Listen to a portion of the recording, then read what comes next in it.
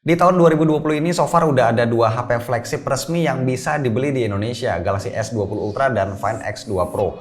Kalau kalian kurang sreg sama keduanya, mungkin kalian bisa coba lirik yang satu ini.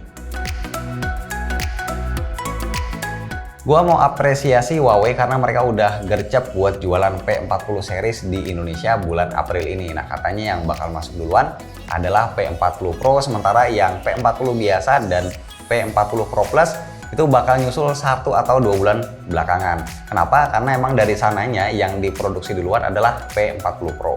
Strategi ini menurut gua sih pas ya, karena P40 biasa itu harusnya nggak akan terlalu hype dan P40 Pro Plus bisa jadi bakal dirasa agak mahal buat sebagian besar orang, apalagi di kondisi ada virus kayak sekarang ini.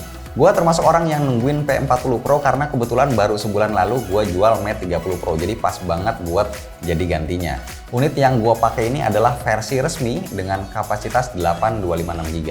Kotak HP-nya ini kayak gini, tapi gua nggak akan bahas isinya. Jadi kalau kalian mau lihat video unboxingnya, kalian bisa cek channel teman-teman reviewer yang lainnya. Tapi yang pasti di dalam kotak penjualannya ada casing gratisan kayak gini, yang pastinya langsung gue pakai biar HP-nya aman.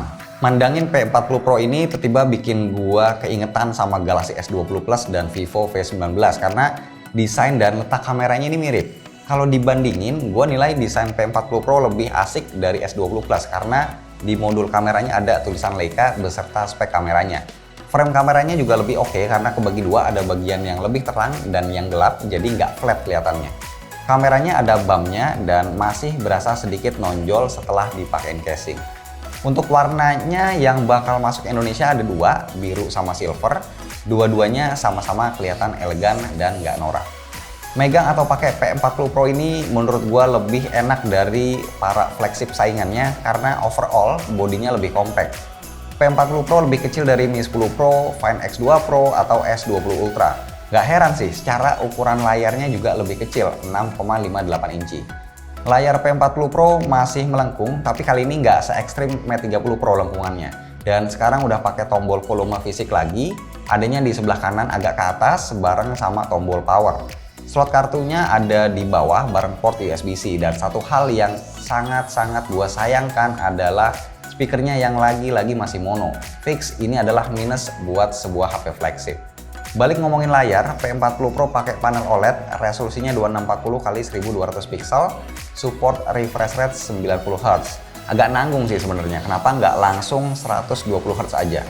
Dan gua rasa bakal banyak dari kalian yang nggak suka melihat double punch hole di pojok kiri atas layarnya. Bakal ngeganggu banget pas nonton atau dipakai nge-game. Tapi gimana pun juga ini udah jadi pilihan Huawei, dimana mereka ngerasa perlu pakai sistem face unlock yang lebih secure. Kalau emang ngerasa keganggu banget, opsi lainnya ya potong sekalian aja area poninya jadi kayak gini. Selain biometric face unlock, di layar P40 Pro juga ada fingerprint under display. Masih sama kayak tradisi sebelum-sebelumnya, chipset yang dipakai di P series sama kayak Mate series. Dalam hal ini, P40 Pro masih pakai Kirin 990. Jadi kalian bisa expect performanya ini nggak akan beda jauh dari Mate 30 Pro, baik itu buat multitasking ataupun main game. Untuk baterainya dijejelin kapasitas 4200 mAh yang menurut gua cukup rasional mengingat bodinya tergolong cukup compact. Kecepatan ngecasnya masih mentok di 40 watt alias masih di bawah Find X2 Pro dan Mi 10 Pro yang udah 65 watt. Buat kalian yang kepo sama GMS, fix di P40 Pro ini nggak ada Google Service-nya, diganti sama Huawei Mobile Service. Dan waktu pertama kali setup pakai HP-nya, gua nemuin ada banyak bloatware ataupun aplikasi lokal yang terinstall di dalamnya yang kalau buat gue sih itu nggak kepake, jadi semuanya udah gue hapus dari awal. Terus gue juga udah install GMS biar tahu full experience gimana pakai HP ini dengan layanan dan aplikasi Google seperti halnya gue pakai HP Android kayak biasanya. Buat kalian yang nanya gimana caranya, gue nggak akan bahas di video yang ini. Oke, gue tahu kalian pasti juga penasaran sama kamera P40 Pro. Nah, di HP ini ada 4 lensa di belakang dan juga 2 lensa di depan.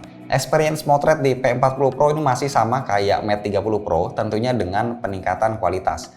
AI processing juga masih terasa banget di P40 Pro ini. Buat sekarang ini gue belum berani ngomong banyak soal kualitas kameranya, masih butuh waktu buat coba lebih jauh. Tapi yang pasti yang paling gue rasain adalah peningkatan ketika kita motret muka orang di mana hasilnya jauh lebih detail dan natural.